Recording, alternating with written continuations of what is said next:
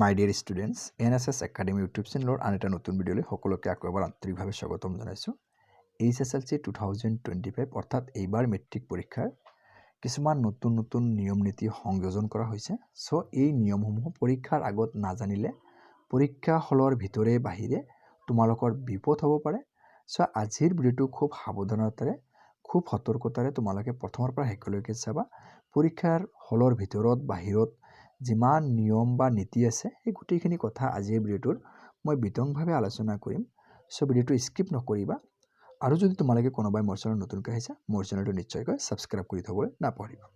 এতিয়া আজিৰ ভিডিঅ'টো মই আলোচনা কৰিম যে এক্সাম হলত পৰীক্ষা আৰম্ভ হোৱাৰ কিমান মিনিট আগত তোমালোকক সোমাবলৈ দিয়া হ'ব, OMR শ্বীট তোমালোকৰ ওচৰত কিমান ঘণ্টা ৰাখিব পাৰিবা, যি চাৰিটা ছাবজেক্টৰ যেনেকুৱা ইংৰাজী, ছ'চিয়েল ছায়েন্স আৰু মেথামেটিক্স এই চাৰিটা ছাবজেক্টৰ মানে 45টা MCQ টাইপৰ কুৱেশ্যন হ'ব। সেই MCQ টাইপৰ কুৱেশ্যনৰ এনচাৰ কৰিবৰ কাৰণে তোমালোকক OMR শ্বীট দিয়া হ'ব। সেই OMR শ্বীটটোত তোমালোকে MCQ কুৱেশ্যন কৰিবৰ কাৰণে OMR শ্বীটটো তোমালোকৰ ওচৰত কিমান ঘণ্টা এই বছৰ ৰাখিব পাৰিবা, আৰু তোমালোকৰ যিটো কুৱেশ্যন মানে এনচাৰ কৰিবৰ কাৰণে তোমালোকৰ যিটো কুৱেশ্যন দিব, কুৱেশ্যনটো পৰীক্ষা আৰম্ভ হোৱাৰ কিমান মিনিট আগত তোমালোকক কুৱেশ্যনটো এইবাৰ দিয়া হ'ব, আৰু লগতে তোমালোকৰ যিটো এনচাৰ স্ক্ৰিপ্ট মানে OMR শ্বীটে হওক বা ডেছক্ৰিপটিভ টাইপৰ কুৱেশ্যনৰ এনচাৰ কৰিবৰ কাৰণে ডেছক্ৰিপটিভ টাইপৰ যিটো এনচাৰ স্ক্ৰিপ্ট সেই এনচাৰ স্ক্ৰিপ্টটো তোমালোকৰ পৰীক্ষা আৰম্ভ হোৱাৰ কিমান মিনিট আগত তোমালোকক দিয়া হ'ব।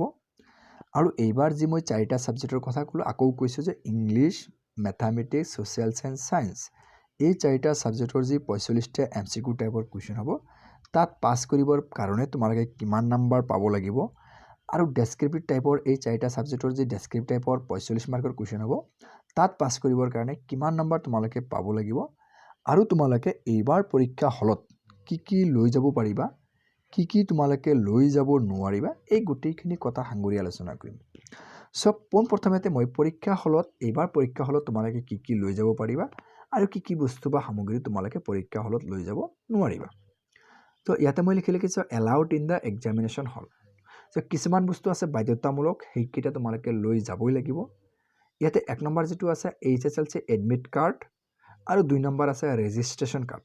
তোমালোকৰ যিটো এডমিট কাৰ্ড আৰু ৰেজিষ্ট্ৰেশ্যন কাৰ্ড এই দুটা তোমালোকে পৰীক্ষা হলত লৈ যোৱাটো বাধ্যতামূলক। যদি তোমালোকৰ মানে এডমিট কাৰ্ড আৰু ৰেজিষ্ট্ৰেশ্যন কাৰ্ড লৈ নোযোৱা তেতিয়াহ'লে কিন্তু তোমালোকে এইবাৰ মেট্ৰিক পৰীক্ষা দিব নোৱাৰিবা, কাৰণ দিবলৈ এলাউ কৰা নহ'ব, বাধ্যতামূলক। আৰু লগতে এটা কথা কৈছোঁ যে তোমালোকে স্কুল ইউনিফৰ্ম পিন্ধি যাবা আৰু স্কুলত যে আই কাৰ্ডটো লৈ যাবা। তাৰপিছত তোমালোকে পৰীক্ষা হলত কি লৈ যাব পাৰিবা, যেনেকৈ ইৰাজাৰ লৈ যাব পাৰিবা মানে মুচিবৰ কাৰণে, শ্বাৰ্পেনাৰ লৈ যাব পাৰিবা, কিবা যদি পেঞ্চিল যদি তোমালোকৰ চোকা কৰিব লগা হয়, ঠিক আছে, শ্বাৰ্পেনাৰ লৈ যাব পাৰিবা। তাৰপিছত তোমালোকে ৰাইটিং ইনষ্ট্ৰুমেণ্ট হিচাপে তোমালোকে কলম লৈ যাব পাৰিবা। কলমৰ কালাৰটো হয় ব্লু নহ'লে black.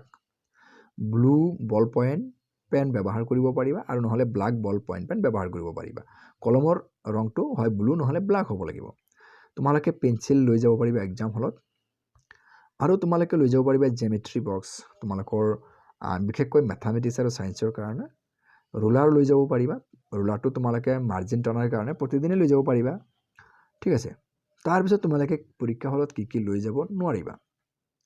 So' don't allowed in the examination hall. তোমালোকে এক্সাম হলত এইকেইটা লৈ গ'লে তোমালোকক এক্সপেল কৰি দিয়া হ'ব, আৰু এক্সপেলটো তোমালোকে এক্সপেল কৰি দিয়া হ'ব 3 বছৰৰ কাৰণে, কাৰণ তোমালোকে 3 বছৰ আৰু কোনো ধৰণৰ দিব নোৱাৰিবা, পৰীক্ষা দিব নোৱাৰিবা। যদি তোমালোকে এবাৰ এক্সপেল হৈ যোৱা তোমালোকে 3 বছৰ আৰু পৰীক্ষা দিব নোৱাৰিবা। অ'কে,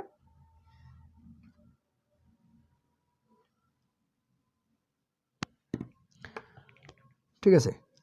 এতিয়া মই দেখাইছোঁ যে কি বস্তু লৈ যাব নোৱাৰিবা, যিবোৰ বস্তু লৈ গ'লে তোমালোকে 3 বছৰৰ কাৰণে এক্সপেল হ'ব পাৰে। 1 নম্বৰ হ'ল ইলেক্ট্ৰনিক গেজেটছ, যিবোৰ আছে যেনেকুৱা স্মাৰ্ট ৱাটচ। তোমালোকৰ যদি ঘড়ী আছে এইটো স্মাৰ্ট হয় তেতিয়াহ'লে লৈ যাব নোৱাৰিবা। এনে স্মাৰ্ট ৱাটচ বাদে যিটো ঘড়ী আছে বেটাৰীৰে চলে সেইবিলাক ঘড়ী কিন্তু তোমালোকে মানে স্মাৰ্ট নহয় সেইটো লৈ যাব পাৰিবা। ইয়াৰফোন তোমালোকে লৈ যাব নোৱাৰিবা, ঠিক আছে। ইয়াৰফোনটো লৈ যোৱা সম্পূৰ্ণৰূপে নিষিদ্ধ আছে। তাৰপিছত তোমালোকৰ মোবাইল ফোন, তোমালোকৰ যিটো মোবাইল আছে সেই মোবাইলটো তোমালোকে পৰীক্ষা হলত লৈ যাব নোৱাৰিবা।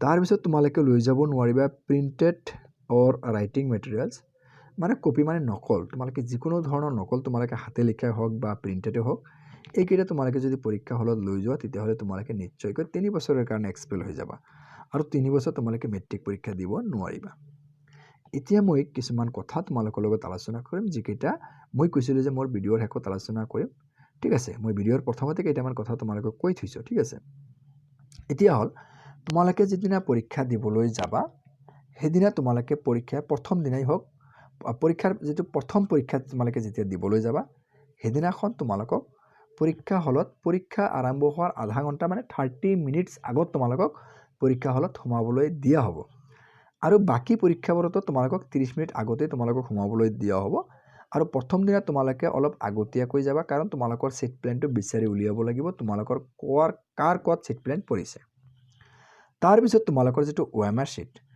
এইবাৰ মানে যোৱাবাৰ মানে 2024 চনত যেটো মেট্ৰিক পৰীক্ষা হৈ গৈছে তাত কিন্তু যেটো OMR sheet আছিল 1 ঘণ্টাৰ ভিতৰত OMR sheetত কোৱেশ্চন আনসাৰ খিনি কৰি এটো জমা দিব লগা হৈছিল কিন্তু এইবাৰ মেট্ৰিক পৰীক্ষাত কিন্তু সেই OMR sheetটো তোমালোকে 3 ঘণ্টালৈকে মানে এক্সাম শেষ হোৱাৰ আগলৈকে তোমালোকৰ ওচৰত ৰাখিব পাৰিবা যে তোমালোকে এইখিনি সুযোগ এবাৰ পাবা OMR sheetটো একদম লাষ্ট আৱাৰলৈকে মানে 3 ঘণ্টা জৰি তোমালোকৰ OMR sheetটো তোমালোকৰ লগত ৰাখিব পাৰিবা মানে MCQ টাইপৰ কোৱেশ্চন আনসাৰ তোমালোকে লাষ্ট আৱাৰলৈকে কৰিব পাৰিবা তাৰ পিছত তোমালোকৰ যেটো পৰীক্ষাৰ কোৱেশ্চন সেই কোৱেশ্চনটো পৰীক্ষা আৰম্ভ হোৱাৰ ঠিক 5 মিনিট আগত তোমালোকক দিয়া হ'ব এই কোৱেশ্চনটো পঢ়ি যোৱাৰ কাৰণে তাৰ পিছত এনসাৰ স্ক্ৰিপ্ট মানে OMR sheetটো তোমালোকক কেতিয়া দিব বা ডেসক্ৰিপটিভ টাইপৰ কোৱেশ্চনৰ আনসাৰ কৰিবৰ কাৰণে তোমালোকৰ মানে এনসাৰ স্ক্ৰিপ্টটো কেতিয়া দিব হেতু পৰীক্ষা আৰম্ভ হোৱাৰ 15 মিনিট বা 20 মিনিট আগত তোমালোকে OMR sheet বা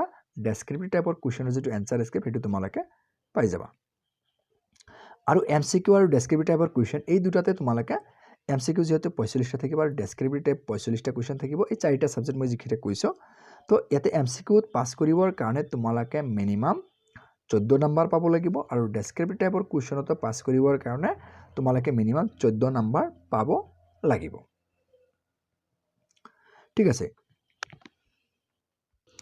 হদহকত মই ভিডিওটো শেষ কৰাৰ আগত আৰু এটা কথা কৈছো যে তোমালোকে পৰীক্ষাৰ আগদিনাই যিখিনি বস্তু তোমালোকে পৰীক্ষা হলত লৈ যাব পাৰিবা তোমালোকৰ মানে বাধ্যতামূলক দুটা বস্তু SSLC এডমিট কাৰ্ড আৰু ৰেজিষ্ট্ৰেচন কাৰ্ড এই দুটা তোমালোকে আগতীয়াকৈ প্ৰস্তুত কৰি ৰাখিবা পৰীক্ষাৰ আগদিনা ৰাতি এটো ৰাখি থবা যাতে তোমালোকে পৰীক্ষাৰ যিদিনা পৰীক্ষা হ'ব মানে ৰাতিপুৱা যেটো তোমালোকৰ ৰাতিপুৱাৰ পৰা পৰীক্ষা সেই পৰীক্ষাটো তোমালোকৰ SSLC এডমিট কাৰ্ড আৰু ৰেজিষ্ট্ৰেচন কাৰ্ড ঘৰত এৰি থৈ নোযোৱা এটো যাতে তোমালোকৰ লগত যায় তাৰ কাৰণে তোমালোকে আগতীয়াকৈ তোমালোকৰ বেগত বা পিচবৰ্ডৰ লগত লগাই ৰাখিবা সো আজি ভিডিওটো এখিনি আছিল আৰু এনেকুৱা ধৰণৰ SSLC সিট প্ল্যান কেনেকুৱা হ'ব কোৱেশ্চনৰ যে সিৰিজ হ'ব MCQ টাইপৰ কোৱেশ্চনৰ যে সিৰিজ হ'ব ABCD সেই সিৰিজ বিলাক মানে কি আকাৰত দিয়া হ'ব মই তাৰ কাৰণে নেক্সট ভিডিও এটা প্ৰস্তুত কৰি আছো নেক্সট ভিডিওটো অতি সোনকালে আহি আছে সো মোৰ চেনেলত যদি নতুনকৈ আহিছে মোৰ চেনেলটো সাবস্ক্ৰাইব কৰি থবা এনেকুৱা ধৰণৰ তোমালোকক সহায় হোৱা ধৰণৰ ভিডিওবোৰ পাই থাকিবলৈ থ্যাংক ইউ